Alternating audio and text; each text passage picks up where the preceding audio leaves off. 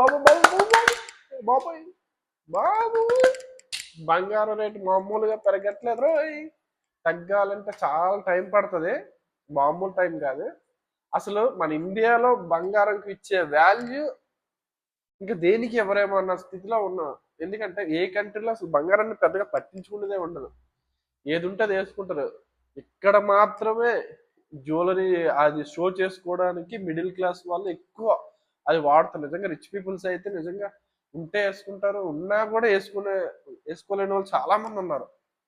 Save చేసుకుంటారు అంతే, అదే ఇన్వెస్ట్మెంట్ పెట్టాలి కూడా పెడతారు తప్ప షో చేసుకోవడానికైతే కొనుక్కోరు. కానీ ఇక్కడ మాత్రం అసలు మిడిల్ క్లాస్ వాళ్ళు, బిలో మిడిల్ క్లాస్ అది ఒక అద్భుతం. అది ఉంటే మనకు వాల్యూ ఇస్తారన్న స్టేజ్ తీసుకెళ్ళడం వల్ల అది మన అది క్యాష్ చేసుకుంటున్నారు నిజంగా చెప్పాలంటే మన దేశాలు. అందుకే రోజు రోజుకి వాల్యూ పెరిగిపోతుంది. అసలు బంగారం లేకపోతే అసలు బతకలేము. అసలు బంగారంతో అసలు పనే లేదు నిజం చెప్పాలంటే. వేసుకోవడానికి ఆల్టర్నేటివ్ చాలా ఉన్నాయి. ఆ బంగారమే వేసుకోవాలని రూల్ ఏం లేదు కదా. తినడానికి తిండి లేకపోతే బాధపడాలి, ఉండడానికి ఇల్లు లేకపోతే బాధపడాలి. ఏదైనా మనకి అవసరమైన అదే ఏది అవసరానికి తగ్గ నిధులు కానీ లేకపోతే మనం బాధపడాలి.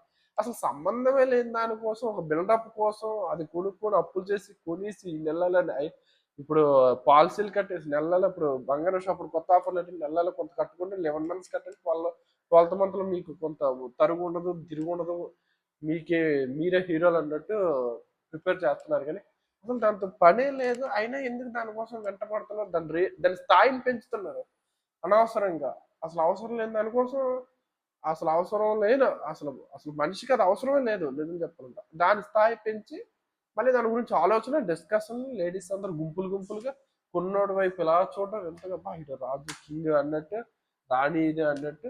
ఇంకా అందుకే అది కూడా పెరిగిపోతూనే ఉంటుంది. ఇంకా తగ్గుతుందో లేదో కూడా తెలియని పొజిషన్లోకి వెళ్ళిపోయింది.